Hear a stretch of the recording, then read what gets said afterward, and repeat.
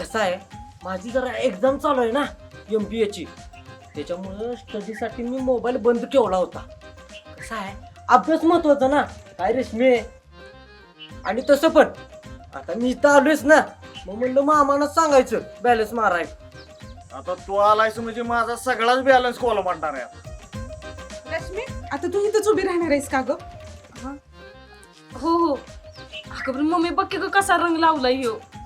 अगं आता रंगपंचमी म्हटल्यावर रंगच लावणार की.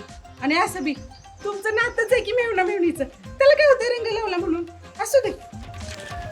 बर, आता आल्यासारखं 2च दिवस राहा. हा, गडबड करू नकोस. हं? हो, 2 दिवस नाही, आता कटाळा युस्तवर राहणार आहे मी.